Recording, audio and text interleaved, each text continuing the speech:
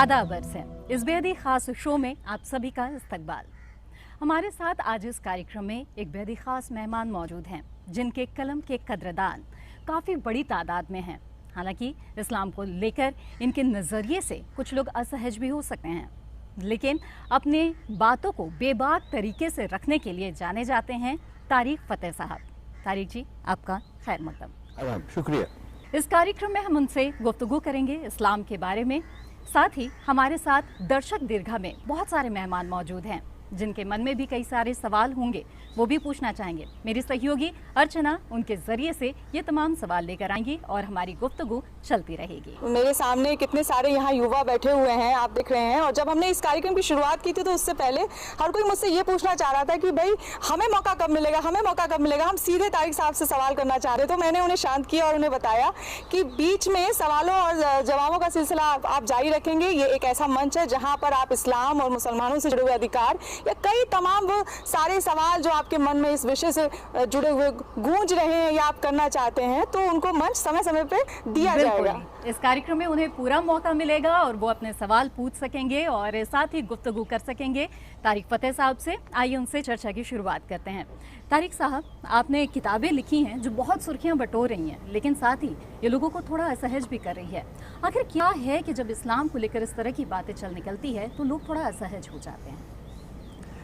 देखिए, मुसलमानों के साथ एक जो ज्यादती है कि पिछले 500 साल में या थोड़ा उससे ज़्यादा ले लीजिए, मैं समझता हूँ कि 1000 साल हो गए कि मुसलमानों के हाथों से इल्म की जो दौलत है, ये सोच की जो कदर है, या जिस पे मंसूर हालात बगदाद में जिसकी गर्दन उड़ जाए और वो अनाल हक अनाहल करते हुए माफ़ी ना मांगे, या बसरी हैं जिन्होंने जो पहली सूफी जिन्हें आप समझें इराक की, या बुल्ले शाह या कबीर या सचल सरमस्त, ये लोगों के जो मुसलमानों में एक आज़ादी थी कि खुदा से लड़ लेना, तू कैसा है कि जल्जला करा दिया तूने इस पे को। अब हालत ये है कि क्योंकि दुनिया इतनी आगे निकल गई कि राइट ब्रदर्स ने जहाज उड़ा दिए, वहाँ पेनिसिलिन निकल आई, आपका माइक्रोफोन लगा हुआ है, मेरे लगा हुआ है, ये सब लोग टीवी कैमरे चल रहे हैं। आप कुछ भी इस वक्त सेट पे देखिए तो इसमें पिछले 100-200 साल के अंदर मुसलमान का कोई हाथ नहीं है। ना ये ग्लास बना रहे, ना वो टेलीफोन बना रहे, यहाँ तक कि जानमाज भी जो आ रहे हैं वो चीन से आ रहे हैं। और सर पे जो अजीब सी टोपी लगा के आपको नजर आते हैं, जो एक्चुअली हिंदुस्तान का लिबास भी नहीं है, अरब अपने गुतरे के नीचे पहनते हैं संभालने के लिए, वो भी चीन और ताइवान से आ रहा है। बाइसिकल नहीं बन रही है, कुछ नहीं बन रही, लेकिन एटम बम बना लिया और उस पर बड़ा नाज है मुसलमानों को।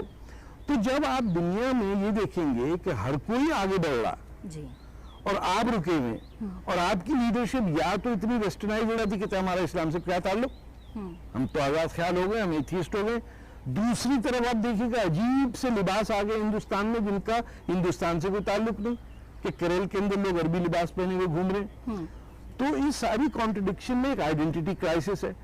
तो क्या ये जो आइडेंटिटी क्राइसिस की आप बात कर रहे हैं, ये आइडेंटिटी क्राइसिस हुई क्यों, क्या ऐसा हुआ? देखिए, इस बीच एक हमारा हिस्ट्री है हिंदुस्तान में मुसलमानों की कि हर 10 साल के बाद कोई आगे लूटते हिंदुस्तान को, बजाय इसके कि हिंदुस्तान के मुसलमान ये कहें कि महमूद गजनी और मोहम्मद बिन कासिम और तैमूर और तुगलक और बाबर और लोधी चोर की औलाद थे, हम उन्हें हजरत कहने के लिए तैयार है।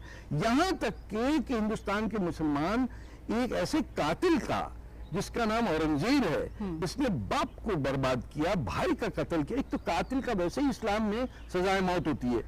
ये अजीब बात है कि मुसलमान अगर बादशाह हो तो वो सारे कानून हट जाते हैं। अब जब आपको ये समझ में नहीं आ रहा है कि औरंगजेब एक कातिल है या आपका दोस्त है, तो जब उसकी सड़क का नाम बदला गया एक मुसलमान के नाम पे, तो दिल्ली के मुसलमानों ने शोर उठा दिया। आपने भी ये सवाल छेड़ा था, दिल्ली हुकूमत को आपने बार-बार मैंने कहा था कि मुझे 10 वॉलंटियर मुसलमान लड़के चाहिए कॉलेज के, और काला पेंट का डिब्बा और एक ब्रश चाहिए। मैं देखता हूँ कि तेग बहादुर को, सिखों के गुरु को मारने वाले का मैं क्या हशर करता हूँ, हम भी तो मुसलमान हैं, हम खुद भी कुरान में स्ट्रेट अवे कहा सच बोलो, जी। इसमें भी क्या अगर तुम्हारा नुकसान हो जाए। आज आप मुझे बताइए कि सच देखते हुए लोग नाराज हो रहे हैं, तो किसकी बात का रोना आप रोएंगी? पाकिस्तान में आप जन्मे और सऊदी अरब में भी रहे हैं, कनाडा अभी इन दिनों आप रहते हैं, आपने देखा हुआ है, कई देशों को देखा आपने। भारत की अगर बात करें, भारत के मुसलमान की बात करें, तो वो आप किस नज़रिए से देखते हैं? देखिए, वो उनकी खुशनसीबी है भारत के मुसलमानों की के, और उन्हें शायद पता नहीं। अच्छा, भारत के मुसलमानों को इस बात की रियलाइजेशन, वाहिद दुनिया का मुसलमान है जो जमहूरियत में रहता है। जी। अच्छा, वो इतनी इस्तेमाल करता है जमहूरियत की कि वो जैसे नई दुल्हन लाडली हो जाती है ना, कि उससे काम ही नहीं करने को तैयार है। वो बड़ी दुल्हन से कहती तू काम कर। वो हिसाब हो गया कि हर बात पे नाराजगी। ये नहीं पता कि हिंदुस्तान वो जगह है जिसने किसी मुसलमान को पनाह लेने से रोका नहीं है। यहाँ तक कि मैं आपको बताऊं, जब सलाउद्दीन अय्यूबी ने जाके मिस्र में फातिमीन की खिलाफत, जो वाहिद खिलाफत खलीफा, वो खिलाफत कैलिफेट थी जिसमें इमाम हसन के और बीबी फातिमा के उनकी रियासत थी। ये जो अल अज़हर यूनिवर्सिटी जिसको कहते हैं ना, Sunni university, it's actually Shia university, Fatima Zahra से उसका नाम है अल ज़हरा। उन्होंने जो पनाह ली यमन में नहीं मिली, उनको कहाँ मिली? हिंदुस्तान में, गुजरात में, जो दाऊदी बोरा कहलाते हैं मुसलमान या इस्माइली कहलाते हैं। इन्होंने तो हर एक को कहा। 700 के अंदर जो रसूलुल्लाह की औलादें इमाम हसन के परपोते, आज तक कराची में उनका मजार है बिल्कुल साहिल पे, जहां हिंदू मुसलमान दोनों जाके इबादत करते हैं। उनको वहां मारा मोहम्मद बिन कासिम ने। तो अब आप अगर ये किसी मुसलमान को कहें, उन बेचारों का क्या है कसूर के उर्दू की किताबें छप रही जो और को पढ़ नहीं सकता है, वही पढ़ के, वही नसीम हिजाजी के नावल पढ़ के वो कह रहे हैं कि ये है हमारा इस्लाम। जब तक हिंदुस्तान का मुसलमान इस बात को नहीं एग्री करेगा कि वो सबसे ज्यादा खुश नसीब है, और ये बार बार का रोना कि पहले कह रहे हमें बैकवर्ड कहो, जब बैकवर्ड कहो तो कहते हैं हम ये बैकवर्ड नहीं है। ये सारे मसाइल और विक्टिमहुड का जो एडिक्शन है ये खत्म करना पड़ेगा। हिंदुस्तान के इस्लाम की बात हो रही है तो देवबंद का जिक्र करना जरूरी हो जाता है। देवबंदी जो है उसकी तादाद यहाँ पर काफी है, बल्कि पाकिस्तान अफगानिस्तान में भी ये जो विचारधारा है, ये जो स्कूल ऑफ इस्लाम है, इसका फैलाव है। हर इंडियन मुसलमान एंटी अमेरिकन होता है। अच्छा, मोस्टली मैं अगर यहाँ लोगों से पूछूं, हर कोई कहेगा 9/11 अमेरिका ने कराया। मैं हो सकता है गलत भी हूँ। हर वही मुसलमान अमेरिका का वीजा भी चाहता है और वहां रहना भी चाहता है। ये कॉन्ट्रडिक्शंस में आप इंटरनली आप देखिए। देवबंद की बैकग्राउंड ये है कि उसका पाकिस्तान में सिर्फ सूबे सरहद के इलाके में जहां पठान रहते थे, और वो भी सारे वो पठान और पश्तून जो कांग्रेस और बादशाह खान के साथ थे वो फॉलो करते थे। ये गैर सियासी एक अमल था। अब Deoband has become a factor in pushing Islamism. इस्लाम और सियासत का जोड़ चाहते हैं ये मौलवी, इसीलिए हर बात पे फतवा इनका होता कि ये भारत माता की जय मत कहो, फलाना मत कहो। इनका क्या ताल्लुक है भाई? 9 to 5 नौकरियां करें, जाके इंश्योरेंस बेचें, इंजीनियरिंग करें, तब हम उनकी सुनेंगे ना। ये इस दौर में मौलवियों और पंडितों का तो नहीं है कि हमें भाषा दें कि इस तरह चलो उस तरह चलो। भाई आप जाएं अपना काम करें। आपको किसने इलेक्ट किया? आपने अगर लड़ना है दारुल उलूम से तो इलेक्शन लड़ लीजिए। आप अगर इलेक्ट हो सकते हैं पार्लियामेंट में हो जाइए। अच्छा, वो आपने जिक्र छेड़ दिया भारत माता की जय जो नारा है उसको लेकर इन दिनों काफी चर्चा है। ठीक है कि अगर भारत माता की जय आप बोल देते तो आप बहुत बड़े देशभक्त साबित नहीं हो जाते हैं, लेकिन जहाँ पे आप जन्मे हैं, पले बड़े हैं, जहाँ पे खाक में मिल जाना है, अगर उसकी शान में कुछ कहते हैं तो इस्लाम वहाँ पर आड़े कैसे आ जाता है? अकॉर्डिंग टू इस्लाम आड़े आता है? देवबंद ने जिस तरह से फतवा जारी किया, उनकी अपनी भीड़ है, उनको अपनी दुकान क्या इस्लाम में वाकई ऐसा कुछ आधार है जो मना करता है? मैं आपके सामने कह रहा हूँ भारत माता की जय कर रहे, क्या बिगाड़ सकते? आसमान से कोई बिजली टपकेगी मुझ पे? कुल यानी जहालत की इंतहा पे पहुंच गए हैं। हर वो चीज जिससे हिंदू को तकलीफ हो वो कह देते हैं। यानी कि जो इस्लाम के जो सीख है और जो अमल में आता है उसमें बहुत ज्यादा अंतर है, और ये सियासी कारणों से अधिक है। देखिए, इस्लाम का ताल्लुक सियासत से है ही कुछ नहीं। मैं आपको इस्लाम 5 पॉइंट्स का समझाता हूँ। यहाँ बहुत सारे मुसलमान हैं, आप बता दीजिए अगर मैं गलत हूँ। कुरान और शरिया और इब्ने कतीर और इब्ने तेमिया, इन सबसे बहुत पहले इस्लाम के रसूलुल्लाह को वही आने से कुछ साल में उनके साथ कोई 100-150 मुसलमान थे। कुरान भी नहीं नाजिल हुआ था, हदीस नहीं लिखी गई थी, शरिया लॉ नहीं था, दारुल उलूम नहीं था, बरेलवी नहीं थे, दियोबंदी नहीं थे। तो ये लोग मुसलमान किस बात पे हुए? ये तो कोई पूछे ना कि कैसे हो गए ये लोग मुझे, क्या कह के? सिर्फ एक बात पे, ला इलाहा इल्लल्लाह मुहम्मद रसूलुल्लाह के ऊपर वाला एक है, उसके अलावा कुछ नहीं। यानी चाहे आप उसे भगवान कहें, अल्लाह कहें, गॉड कहें, जो भी है, यावा कहें, और मोहम्मद उसका मैसेंजर है। दैट इज, अगर आप ये कह दें आप कल मुसलमान हो जाएंगी। यकीन करिए, बड़ी आसान है। इसीलिए मुसलमान होना बड़ा आसान बात होती है। और लोग मुसलमान हुए क्योंकि पादरी का चक्कर खत्म हो गया। ना कोई इमाम, ना शेख, ना पंडित, ना पादरी, एकदम अरबों को आजादी मिली, जान छूटी उनकी, ये हर दुकान लगाए हुए लोग बैठे तो खत्म हो गए। अब आप फ्री हैं।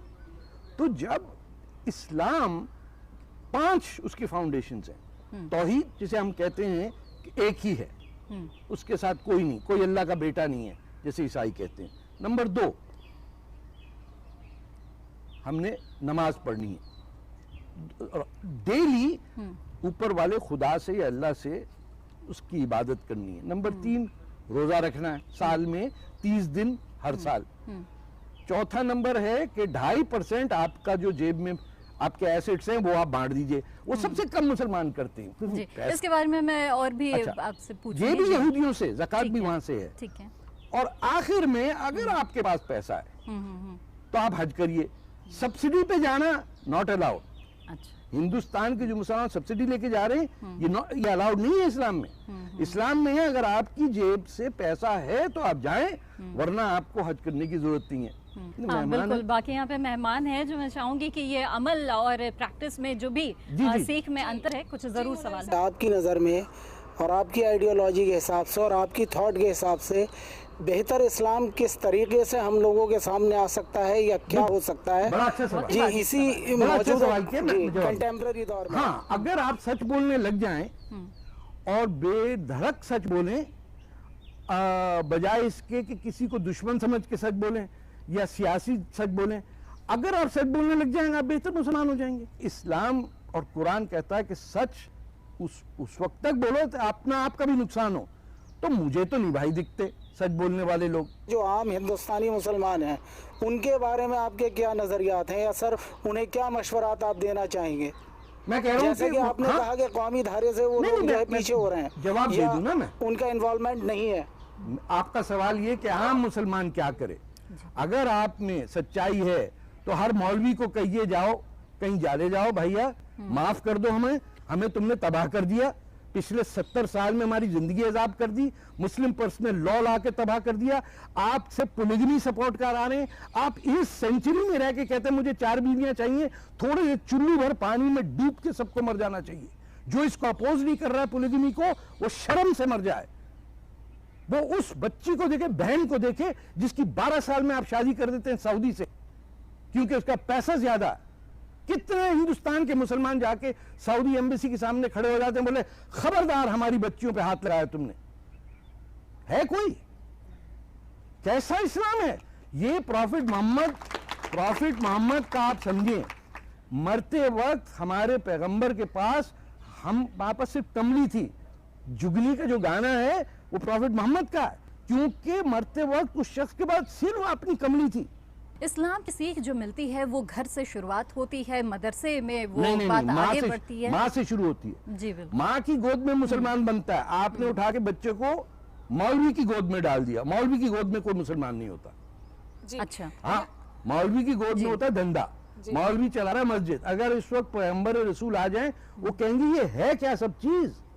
और तर्क की जो शक्ति है वो शिक्षा से आती है, बिल्कुल सच। हाँ, तालीम से आती है। और ना, तालीम ना, का ये ना, ना, एक सेकेंड, मुझे तो गैर तालीम याफ्ता जिहादी मिला ही नहीं आज तक। आप समझते हैं जो अनपढ़ मुसलमान हैं वो तशद्दुद करते हैं क्या? बेचारा जो गांव में पिस रहा है आपकी यूपी में या बंगाल में खेती बाड़ी कर रहा है, वो टेररिज्म करता है? टेररिज्म कौन करता है? पढ़ा लिखा आदमी। जी, यहाँ कई सारी महिलाएं हैं, लड़कियां हैं जो अपनी बात आप तक रखना चाहती हैं, कुछ सवाल पूछना चाहती हैं। नमस्कार सर। सर मेरा महिलाओं को लेकर के आपके लिए सवाल है।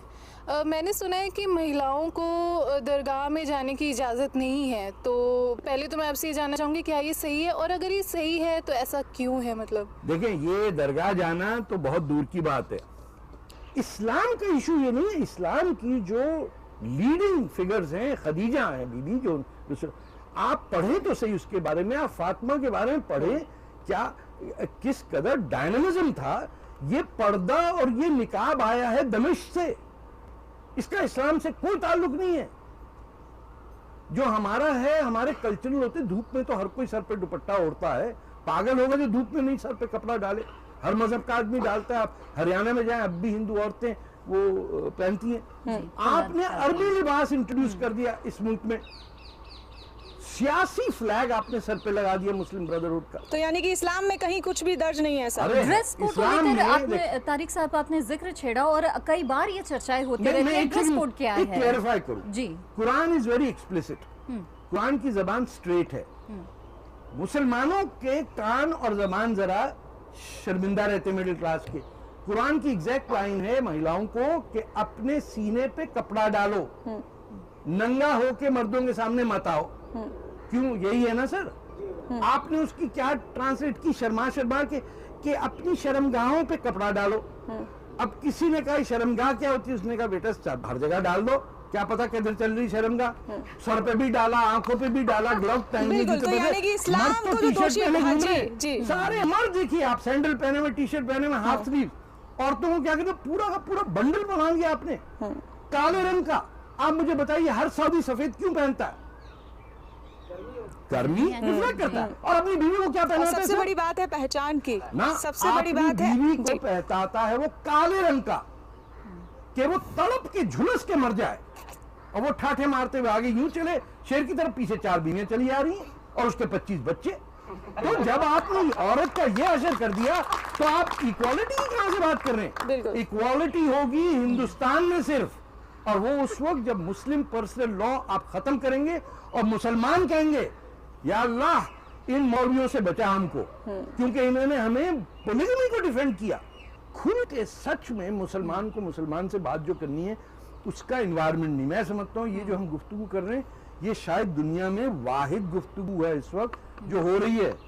वाकई ये पाकिस्तान में नहीं हो सकती, ये ना अमेरिका में हो सकती है, ये सिर्फ हिंदुस्तान में हो सकती है कि एक मुसलमान बैठा है जो कि इस मुल्क का शहरी भी नहीं है, और वो मुझे नहीं पता, यहाँ हिंदू भी होंगे, मुसलमान भी होंगे। एक हमारे सरदार तो नजर आ ही रहे हैं, ये हमारे सेकंड कजिन। बिल्कुल सही कह रहे हैं तारिक साहब आप। और यहाँ एक और दर्शक हैं जो चाहते हैं आपसे कुछ अपने संवाद रखना।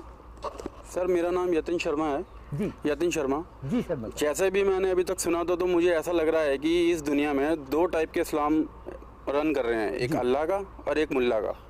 अच्छी बात थी, और अगर मैं ब्राह्मण हूँ, अगर मैं मुस्लिम होता तो मुझे ऐसा लगता कि अगर मैं 80 साल तक जीता तो 75 साल मेरी एज इसी को समझाने में लग जाती कि मैं ISI का एजेंट नहीं हूँ, मेरे पे विश्वास करो, मैं इंडियन हूँ, मैं मुस्लिम हूँ। तो सर इसका मैं जवाब जानना चाहता हूँ कि ये कब तक चलेगा? मतलब मुल्ला का इस्लाम अल्लाह के इस्लाम को डोमिनेट कर रहा है, ये कब तक चलेगा?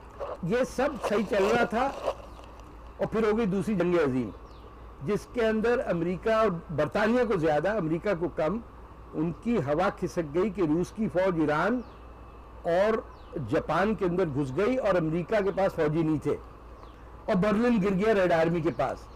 जिस दिन अप्रैल 5 को बर्लिन सरेंडर किया है, उस दिन चर्चिल साहब ने ये नहीं कहा कि जर्मनी में क्या होगा, उनकी मीटिंग थी कि इंडिया में क्या होगा।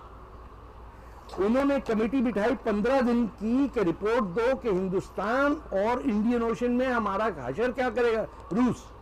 तो उन्होंने कहा कि साहब बेसिस हमको चाहिए, फौजी बेस नॉर्थ वेस्ट इंडिया में, जो सूबा हमारा पेशावर का इलाका है, कश्मीर। कांग्रेस और मेनन साहब ने और नेहरू साहब ने, पटेल ने कहा कि बिल्कुल नहीं, गेट आउट।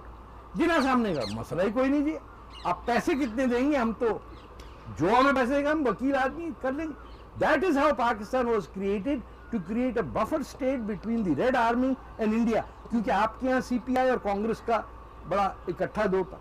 बलोचिस्तान में जो लीडरशिप थी वो भी कम्युनिस्ट पार्टी ऑफ इंडिया वाली थी। इससे डर के पाकिस्तान बना है।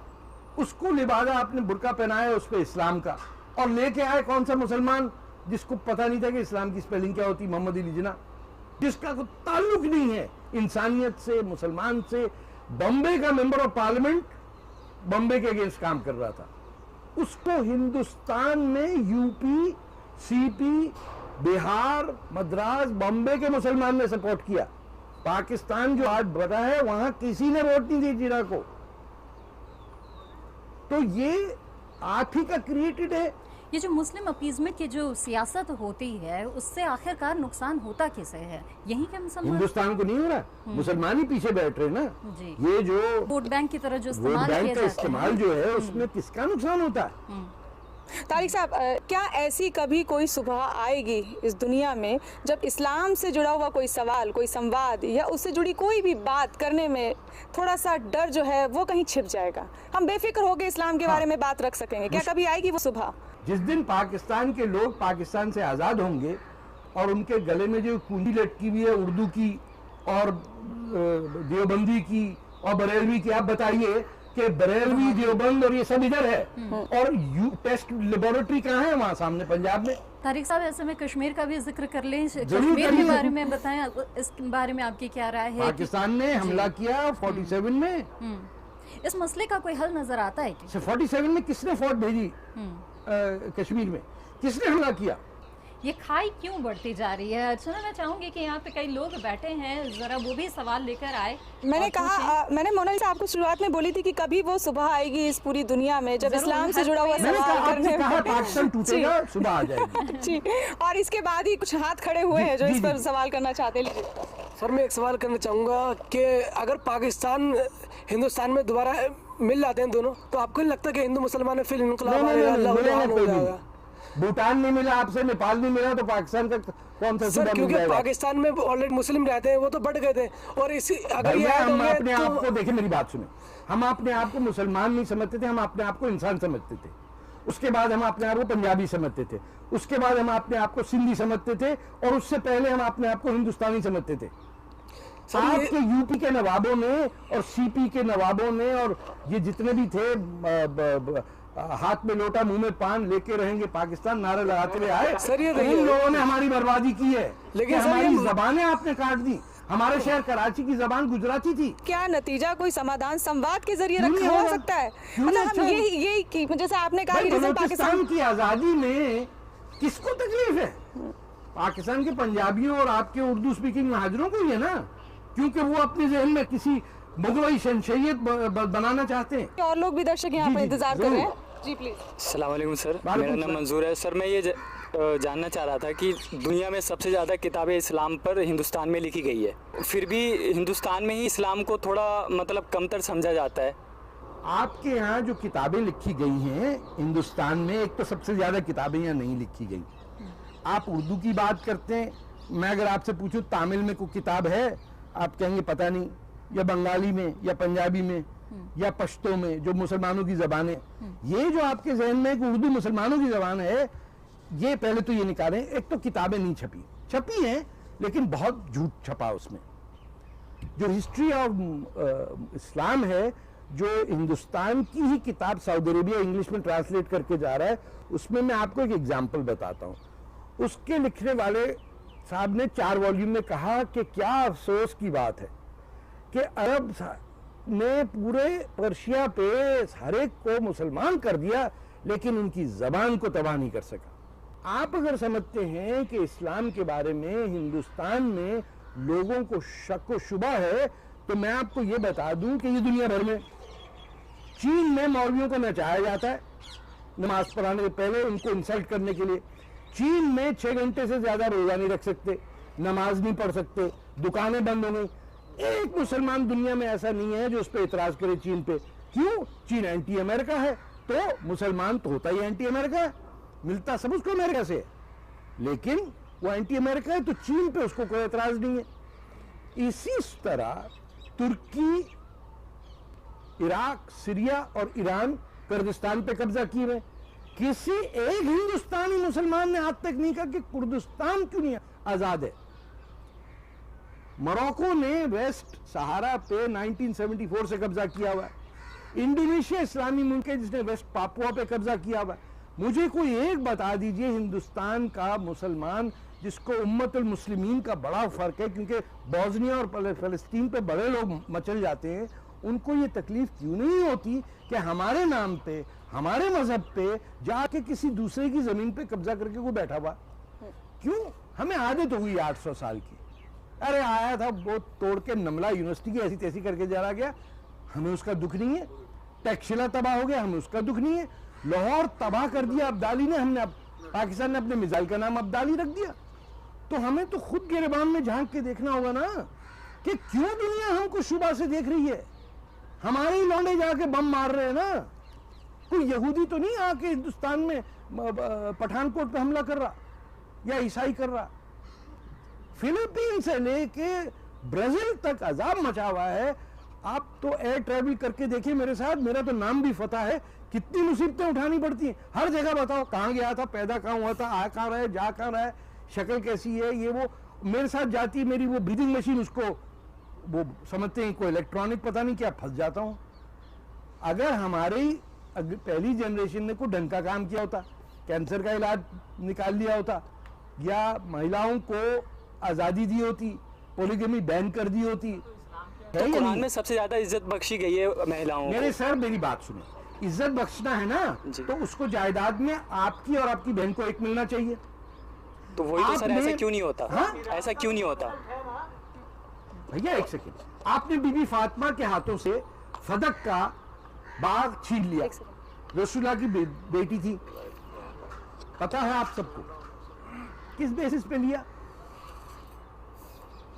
कुछ तो सोचो कभी कि रसूलुल्लाह के मरने के बाद भाई इस्लाम भी कब्र में आपने ज्यादातर डाल दिया। तारिक साहब, समय आप की कह रहे कमी थे है ना, आखिर में मैं महिलाएं चाहूंगी नहीं कि पूछ- किसी महिला जी, से सवाल ले कहते लिया कि जाए, महिलाएं जैसा सवाल कि नहीं जुनैद पूछ रही साहब चाह रहे हैं। हैं। ये है, ये आपसे कुछ जानना चाहती हैं। जी, मेरा नाम सबीला रशीद है सर। मैंने इंग्लिश ट्रांसलेटेड कुरान पढ़ा है। उसमें अल बकरा में एक लाइन है, do not marry a non believer and do not let your daughters marry until he is a believer. तो इस पे आप थोड़ा सा बताएंगे इसके बारे में, क्या है कि औरत को हक है कि अपने माँ बाप से परमिशन के बिना क्या एक नॉन बिलीवर से शादी कर सकती है? देखिए, नॉन, हम रह रहे हैं in the era of the nation state. कानून नेशन स्टेट जो 1776 और फ्रेंच रेवोल्यूशन के बाद का टाइम है, उसमें शहरियत का सिर्फ ताल्लुक है कानून से जो पार्लियामेंट बनाती है। ना गीता से आ सकता है कानून, ना कुरान से। शरीयत की तमाम वो वर्सेस जिसमें स्लेवरी भी अलाउड है, 4 शादियां भी अलाउड है, जब तक के उस स्टेट के कानून, और कानून का मतलब है वो चीज जो अगली जनरेशन चेंज करे, जैसे हम चेंज करते रहते हैं हर लॉ को, क्योंकि laws of divine text, Gita का हो या कुरान का हो या पुराण का हो, वो इम्यूटेबल है। दैट मीन्स उससे कानून नहीं बन सकता। अगर कानून, हक जो यूनिवर्सल राइट है, जो सबसे बालातर है, उसके तहत एक मर्द और एक औरत को शादी करने का हक है। हर लड़की को मोहब्बत करने का और इश्क में पढ़ने का बुनियादी हकूक है, जिसको कोई उसका माँ बाप नहीं रोक सकता। तो जिससे आपने शादी करनी है, ये आपका हक है, चाहे वो हिंदू हो, मुसलमान हो, काला हो, नीला हो, पीला हो या गोरा हो। जी, एक और सवाल ले लेते हैं सर। हेलो सर, मेरा नाम मुस्तहसन रिजवी है। 3 चीज़ें जैसा कि मैंने देखा है, एक होता है इंसान, एक होता है उसका मज़हब, और एक होता है वो ज़मीन का वो खित्ता जहाँ वो रहता है। तो मुझे जैसा लगता है, अभी तक जितनी बातें मैंने सुनी आपसे, कि मज़हब जो बेसिकली इंसानियत की बात करता है और वो सारी चीज़ों पर ज़ोर देता है जिससे इंसान का भला है। तो इंसान ने अपने मफाद के लिए, ज़ाती मफाद के लिए, अपने तख्त के लिए या के ओहदे के लिए मज़हब की क्या अलग डिफिनेशन बना दिया है, या कि जो नहीं, ऐसी बात नहीं है। देखिए, 17वीं सेंचुरी तक तो हर देश या तो किसी मजहब के चलता था या किसी कबीले के नाम पे होता था, या हिंदू बादशाह होता था या मुसलमान बादशाह होता था। लोगों का क्या कहना उससे कोई ताल्लुक, जिसके पास ज्यादा हाथी थे वो बादशाह हो जाता था। नेशन स्टेट का बनना is a complete change in human history. वो ही है एनलाइटनमेंट का एरा, वो ही है रेफॉर्मेशन का, वो ही है इंडस्ट्रियल रेवोल्यूशन का। उस सब को बाईपास हो गया हमारे हाथ से। मजहब का सियासत से ताल्लुक हरगिज नहीं होना चाहिए, चाहे वो आरएसएस की लाइन हो या वो हो जमीयत उलमा इस्लाम की हो या क्रिश्चियन किसी पार्टी की हो। वो सियासत के अमल में नहीं आनी चाहिए, वो सोशल सर्विस के अमल में आनी चाहिए, क्योंकि धर्म का काम है एज ए मॉरल कंपस। वो आपको रास्ता आपके मन में दिखाता है कि क्या सही है क्या गलत है, और वो उसके लिए किसी स्टेट का होना जरूरी नहीं है। जैसे ही आप सियासत लाएंगे, आपको खुद आपके सीधे हाथ वाला फरिश्ता कह देगा झूठ बोल रहा है बे, बेईमानी मत कर। ये दिल आपको बता देगा कि आप गलत बात कर रहे हैं। तो इसको अलग रखना पड़ेगा, वरना आपको मॉरल कंपस कभी जिंदगी भर नहीं मिलेगा। चलिए एक तो और जो सवाल ले लेते हैं। इस्तेमाल में है इस्लाम पूरी दुनिया में, वो इस वक्त किस तरह की है, पॉलिटिकल, एम्पिरिकल या स्पिरिचुअल, और होना क्या चाहिए? आपकी क्या सोच है? एक तो बात ये है, दुनिया में 1 बिलियन से ज्यादा हिंदुस्तानी रहते हैं। जी। उनका कितने मुल्क हैं? एक। चीन में 1 बिलियन आदमी रहता है, उनका मुल्क है एक। हाँ, रूस में 150 मिलियन एक। इंडोनेशिया में 250 मिलियन 300 मिलियन रहते हैं, मुल्क एक। अरब कितने हैं? 300 मिलियन। कितने मुल्क हैं? 22। अब मुझे बताइए, मतलब कोई इंसाफ पसंद इंसान कह सकता है कि अरबों के तो हो 22 और चीन का हो 1 वोट? तो ये फंडामेंटल जो है अरबिस्तान की जो सियासत है, it is based on dishonesty. एक मैं और आपको बात बताऊं, ये जिस तरह आपके इतने आप लोग कहते हैं स्टैचूज हैं, भगवान है, वो खुदा है, ये हमारे यहाँ भी एट्रीब्यूट है। हम अल्लाह को रहीम कहते हैं, रहमान कहते हैं, करीम कहते हैं, हमारा डिफरेंट स्टाइल है। हमारे यहाँ उसी पत्थर के इर्द गिर्द हम फेरे लगाते हैं 7, लेकिन काउंटर क्लॉकवाइज आप लगाते हैं क्लॉकवाइज। हमारे हज का लिबास जो है वो पंडितों का लिबास बिल्कुल वैसा ही है। तो इस्लाम बेसिकली ये है कि यहूदियों का जो जुडाइज्म मजहब है उसको आप समझें अरब पेगन कल्चर के ऊपर, मैं आसानी बता रहा हूँ, समझें अरब पेगन कल्चर का ताल्लुक है हिंदुस्तान से। जी। आप भी पत्थरों को चूमते हैं, हम भी हज करके जाके हजरा अस्वद जिसको कहते हैं उसको सिजदा करते हैं। जी जी। ये निकाह हुआ हुआ मुसलमान और हिंदुओं का, इसमें तलाक नहीं होगी। तो अब बात ये है कि पड़ोसी वड़ोसी मिलके कहें भैया खत्म करो, वो शाम को आके सिर्फ बिरयानी मांगता है, तो क्यों उसको डांट देती हो? फैक्ट्री से आता है, तो मिलजुल के बात हो सकती है। तारिक साहब, अब बस वक्त हो चला है, जाते जाते आखिरी सवाल, कोई संदेश अगर भारत के मुसलमानों को आप देना चाहें तो? दुनिया के मुसलमान बेचारे बदनसीब हैं, हिंदुस्तान के मुसलमान खुश नसीब हैं। जमहूरियत में रहते हो जी। ऐसी दादागिरी है अपनी और कहाँ पे मिलेगा तुम्हें? तो आप लोग खुदा के वास्ते लिल्लाह अपने आप को मौलवियों से जान छुड़ाएं, बच्चों की तरबियत माओं की गोदों में कराएं, मौलवियों की नहीं। जी, बहुत ही बेबाक और बेलौस अंदाज में आपने बातें कही हैं। बहुत बहुत शुक्रिया समय निकालने के लिए। इसी के साथ इस कार्यक्रम में बस इतना ही। तारिक साहब का तो शुक्रिया ही, साथ ही यहाँ पर मौजूद तमाम दर्शकों का भी शुक्रिया जिन्होंने इतने बेहतरीन सवाल लाए और इससे इस्लाम से जुड़ी हुई तमाम बातें भी निकलकर सामने आई। इसी के साथ इस कार्यक्रम में बस इतना ही। दीजिए हमें इजाज़त।